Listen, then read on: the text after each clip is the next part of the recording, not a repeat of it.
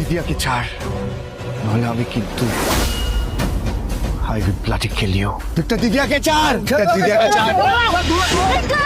রাহি বলে, আপনার বিরুদ্ধে সমস্ত প্রমাণ এখন আমার হাতে, তাই আমি যা বলবো আপনাকে তাই করতে হবে। ভিক্টরের সাথে হাত মিলিয়ে যে চক্রান্ত আপনি করেছেন সেই চক্রান্তের আজ উদ্ঘাটন হবে। এবার জেলে বসে পচবেন, তার সাথে আপনার বন্ধু ভিক্টরও। এখন আপনাকে রায়চৌধুরী বাড়িতে যেতে হবে। বাঁচতে চাইলে আমি যা বলবো সেটাই বলবেন আপনি, হলে আপনার শাস্তি একটু কম হবে। শুধু তোমারই জন্য সিরিয়ালে আজকের পর্বে আমরা দেখতে পাবো রাহি ভিক্টরের বিরুদ্ধে সমস্ত প্রমাণ পরিবারের সকলের কাছে উপস্থাপন করে।